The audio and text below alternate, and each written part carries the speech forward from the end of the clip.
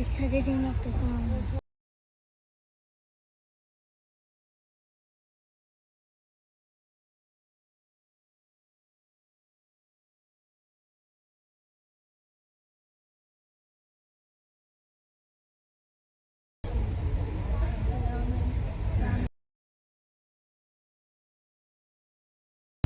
একটি নতুন দিনের শুরু। সূর্য আমাদের গ্রহের উপর উদিত হয় একটি বিশাল মহাজাগতিক মরুভূমিতে, একটি নীল মরুদ্যান, সমগ্র মহাবিশ্বের একমাত্র। এটি সেই প্রাণীদের অভিবাদন করেছিল যারা প্রথম সাহস নিয়ে সমুদ্র ছেড়ে ভূমিতে গেছে। পৃথিবীতে যা ঘটেছে তার সবই প্রত্যক্ষ করে তুলিতে আলোর উষ্ণ আনন্দ ধরে রাখে। এই উৎপাদনশীলতা আমাদের গ্রহে প্রাকৃতিক ভারসাম্য সচল রাখে। সূর্যের গুরুত্ব, এটি পৌরাণিক কাহিনীগুলিতে কিছু সংস্কৃতির ভুল ধারণা ছিল যে পৃথিবী মহাবিশ্বের কেন্দ্রে রয়েছে। তারা মনে করত সূর্য, গ্রহ এবং নক্ষত্রগুলি আমাদের গ্রহের চারপাশে ঘুরছে। 16 শতকে মহাকাশে আমাদের অবস্থানের সত্য সুস্পষ্ট হতে শুরু করে।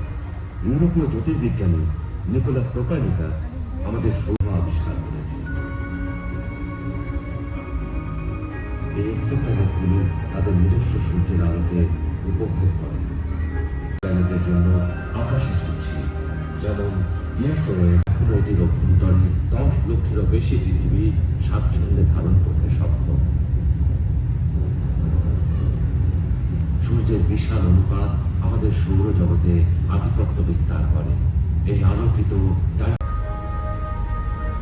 মার্কিন যুক্তরাষ্ট্র, ইউরোপ এবং জাপানের বিজ্ঞানীরা সূর্যের সার্বক্ষণিক বায়ুমণ্ডলের সাথে যোগাযোগ করে। আমাদের বিশ্ব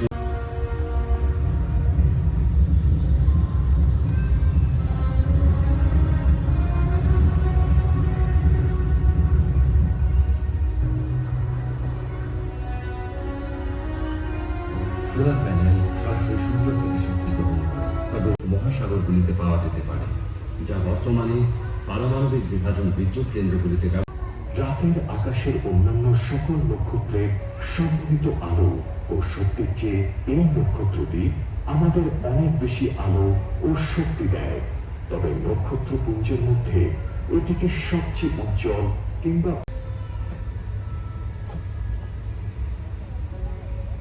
গরম ঘূর্ণায়মান গতিশীল গ্যাসীয় গোলক, যা মহাবিশ্বে প্রাকৃতিকভাবে প্রাপ্ত সকল উপাদান তৈরি করে।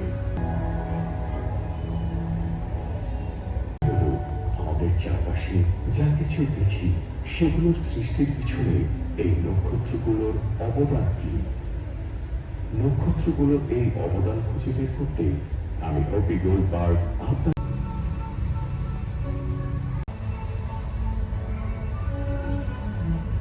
আমরা প্রায় মহাকাশকে শূন্য স্থান মনে করি, কিন্তু সূর্যের প্রভাব মহাবিশ্বের সব জায়গা জুড়ে বিস্তৃত। জীবদ্দশা শেষ পরিণতি কি?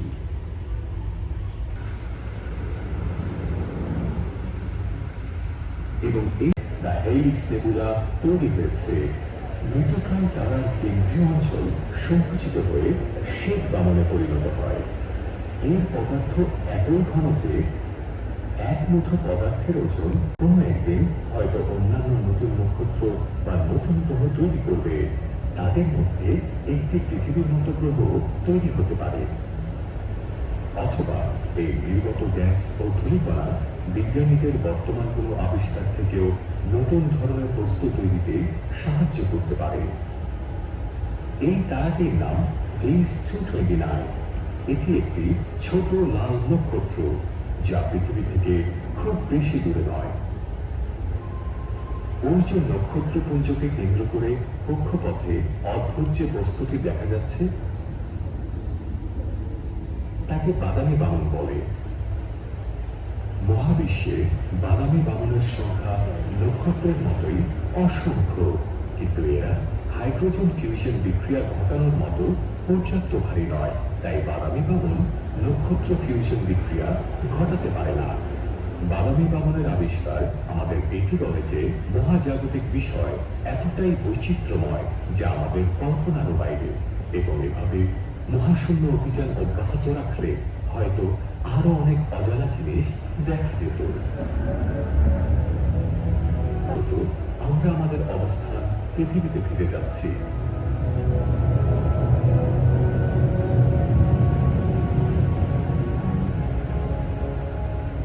যে কোনো একটি নক্ষত্র নির্বাচন করুন এবং এটিকে খুব ভালোভাবে পর্যবেক্ষণ করুন।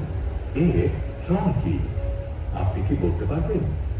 এটি কি সদ্যজাত নক্ষত্র নাকি জীবদ্দশার শেষ পর্যায়ের কোনো নক্ষত্র? আসলে এখানে কিছু নক্ষত্র রয়েছে। আমরা নক্ষত্র সম্পর্কে এতক্ষণ অনেক কিছু শিখেছি এবং তারা কিভাবে কাজ করে তাও জেনেছি, কিন্তু